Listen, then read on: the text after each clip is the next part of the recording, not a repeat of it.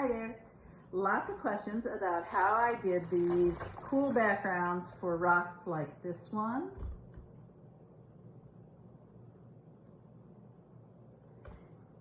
And this one. I don't know how well you can see those. I've got as much light in here as I can get, kind of down in a she shed as it were. And this one. But you can see, especially if you look, let's see. How about this one, because there's very little on this one. You can see it's got this amazing swirly, you know, like those of you who do paint pours, very similar to that, only it's done with crayons. And the advantage to crayons, besides the fact that they're cheaper, I think, I mean, I got a whole bag of ends and things, a lot of good ones in there for like $1 at the thrift store, or I just rob them from my grandkids who are always breaking them anyway. And it's fun. It's so much fun. Always handy if you have a pencil sharpener, because you can take crayon and sharpen it to make, let's see if I can get it to do it for you. See how it makes the very thin piece of it. And that's kind of a fun way to do things. Or you can break it into big pieces to do. Now a lot of people will preheat their rock. Either put it in a microwave for a minute or in an oven to heat it up. I have my torch that I use for torching to get bubbles out of my resin. So I just like to heat the rock some up just to kind of get it warmed up a bit. It's sitting on a pizza stand, which looks like, oh, this is such a mess. It's good that you can't see the things that are off camera. Oh yeah, here's one. This is a pizza stand. You know, you've all seen them in your boxes of pizza that keep it top from hitting it. And when I'm resining, I'll set them upside down and set a rock on top of it. But this one, I want it really stable, so I have it sitting like a pizza stand. And in fact, that's a good idea to add another one under there just to give it a little more stability. So I've kind of preheated my rock. And now comes the fun part. Now this is a piece of quartz. And it's not smooth enough for me to paint on, so not really well anyway. So down here I have a purpley crayon that didn't want to come off in strips, but it came off in just powdery. So I'm going to put some of that there and some of it up here. So I've got that powdery going on. And then I do have some of this yellow that came off in strips, and I want to add that in there. So I'm laying that down. And maybe a little bit of orange here and there. And then you can take chunks, like this is a pretty good little chunk of blue, because you're going to be adding, you don't want to do too much because it really can become muddy, and you don't want mud. But, and now I'm going to turn my torch down so it doesn't blow it all off, and just kind of give it a little hit, kind of glue things down a bit. And then start to melt them.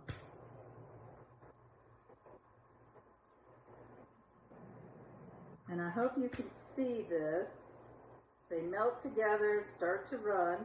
And I'm doing it on a silicone mat because if in fact, I'm gonna move the camera a little closer here. If in fact, you know, your crayon runs off of your intended project on a silicone mat, you'll be able to pick it right back up, peel it off, and reuse it. So let's see, yeah, that's a little bit better. And you can see some of my colors are on there. Another way that you can do it is to hold the crayon, careful because it gets really hot, but I'm gonna torch just the end and drip some color in there. I have better control over where I put it then, right? And then kind of give it a little hit, get it in there. You can add accents that way, or just more of what you want. You can take a really big piece and put it on there. All right, let me show you that before so it's a good size piece, right? And start melting it on there, right? And it's like, oh yeah, that's a lot of really nice blue. But now I want to get it off there. So you just use another crayon and knock it off. You do not want to pick it up with your fingers. I guarantee you'll only do that once.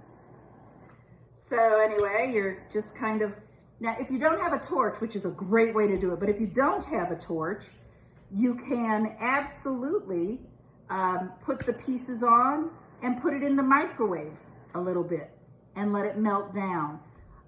We don't recommend a heat gun because that doesn't seem to work super well. The heat gun tends to just blow it off. Ooh, wow, flick that one right off of there. This rock is probably hot. The wax is definitely hot. And you will regret it if you don't pay attention to what you're doing.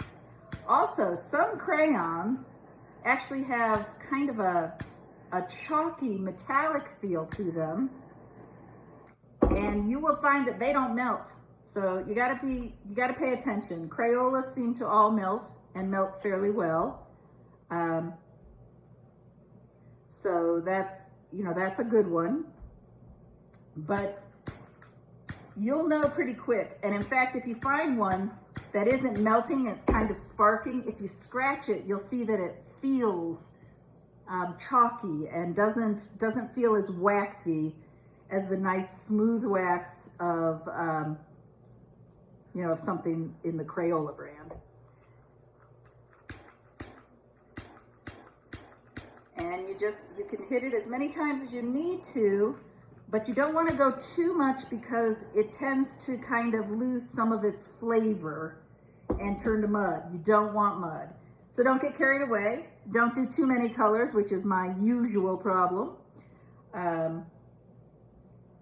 Adding an accent drop is always fun, but do keep an eye on your fingers.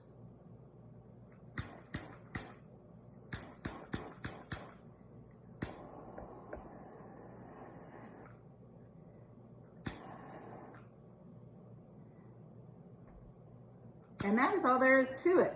Now, once it's dried, and it takes a while to cool enough to really set up and dry, but once it is, you can paint on it because it's a wax coating. It's so easy. You make a mistake, it's really easy to wipe it off. It works really, really well. But if you don't trust that, or you're not sure, you can Mod Podge it and let it be sealed with the Mod Podge before you paint. That's also a fine way to do it. The thing is that before you resin or you spray or whatever you use, you absolutely must coat it with Mod Podge, whether you've painted yet or not, because the wax will repel your sprays or your resins, and you don't want that. So that's pretty much it. And then you play with, kind of blowing some of the color into each other, and try not to set anything on fire, which is occupational hazard. And just have fun with it. It is just a blast. And it's addictive, so don't be surprised if suddenly it's all you think about wanting to do. So anyway, that's it. Crayon Background 101. I hope to see something fun that you've done. I'm supposed to be able to turn this off with my watch. Let's see if I can.